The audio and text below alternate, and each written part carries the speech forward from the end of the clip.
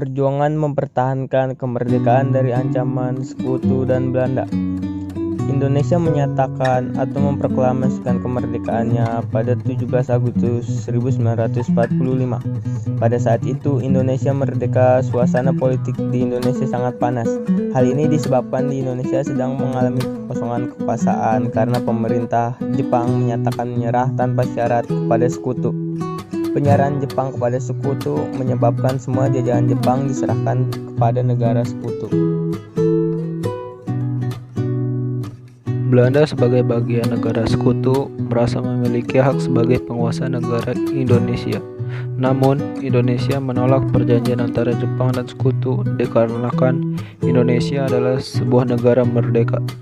Indonesia berjuang mempertahankan kemerdekaannya dari ancaman sekutu dan Belanda. Hal ini menyebabkan bentrok antara Indonesia dengan Belanda. Bentuk dan strategi perjuangan menghadapi ancaman sekutu dan Belanda.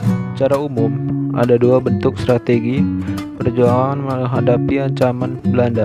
Pertama ialah perjuangan bersenjata dan yang kedua ialah perjuangan melalui diplomasi.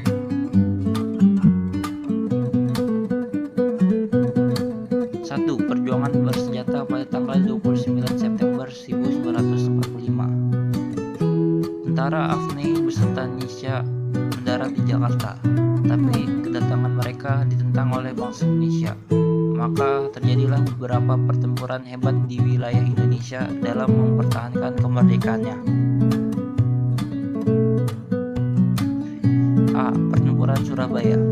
Bung Tomo dengan tegas menolak ultimatum dari Inggris yang dipimpin oleh Maijen I.C. Marsik.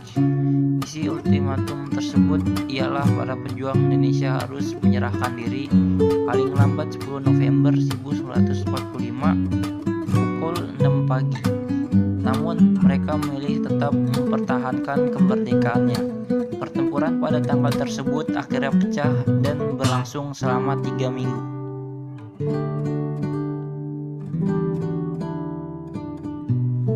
B. Pertempuran Ambarawa. Pertempuran ini dilatar belakangi penipuan. Awalnya Nika dan sekutunya datang ingin membebaskan tawanan perang. Namun tawanan perang itu dipersenjatai setelah bebas. Pimpinan sekutu Brigjen Battle berusaha menguasai desa-desa di Ambarawa, namun ditentang oleh TKR atau Tentara Keamanan Rakyat. Dalam pertempuran itu, Letkol Isdiman gugur dan digantikan Kolonel Sudirman. Pengepungan Ambarawa dari Banyumas, Salatiga, Surakarta, dan Yogyakarta berhasil dilakukan, sehingga pasukan sekutu mundur pada 15 Desember 1945. Hingga saat ini, tanggal tersebut diperingati sebagai Hari Infanteri di Indonesia. C. Perebutan Margarana. Pertempuran ini dilatar belakangi oleh keserakahan Belanda yang ingin menguasai Bali dan mendirikan negara Indonesia Timur. Tentunya pejuang di Bali saat itu menolaknya, dipimpin oleh I Gusti Ngurah Rai. Pertempuran dengan Belanda pecah di Tabanan. Mulanya I Gusti Ngurah Rai bisa menenangkan perlawanan, namun Belanda meminta tambahan pasukan dan berhasil memukul mundur pasukan I Gusti Ngurah Rai dan beliau gugur dalam pertempuran tersebut. 2. Perjuangan diplomasi. Perjuangan ini dilakukan dengan perundingan untuk menyelesaikan masalah. Upaya dengan melakukan perundingan dianggap lebih efektif karena tidak memakan banyak korban jiwa. 1. Perjanjian Renville.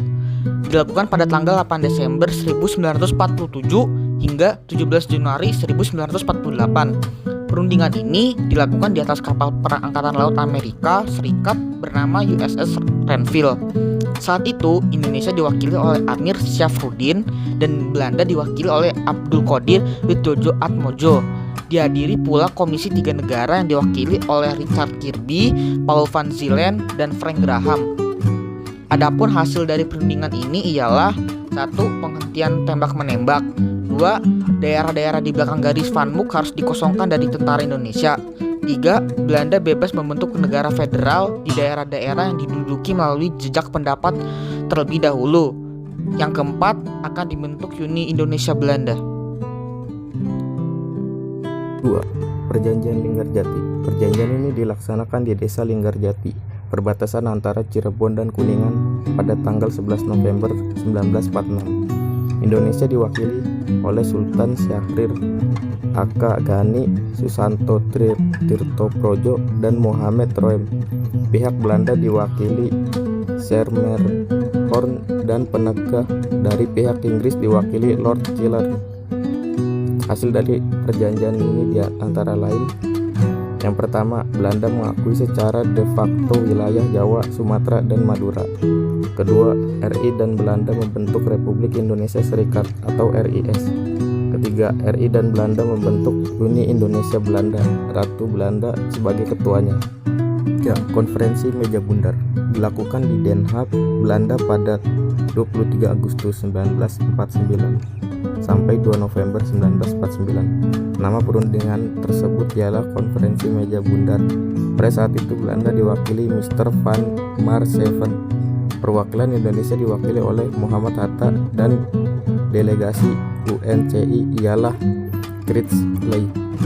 Adapun hasil dari Konferensi Meja Bundar ialah: yang pertama, Belanda mengakui kedaulatan Republik Indonesia Serikat atau RIS.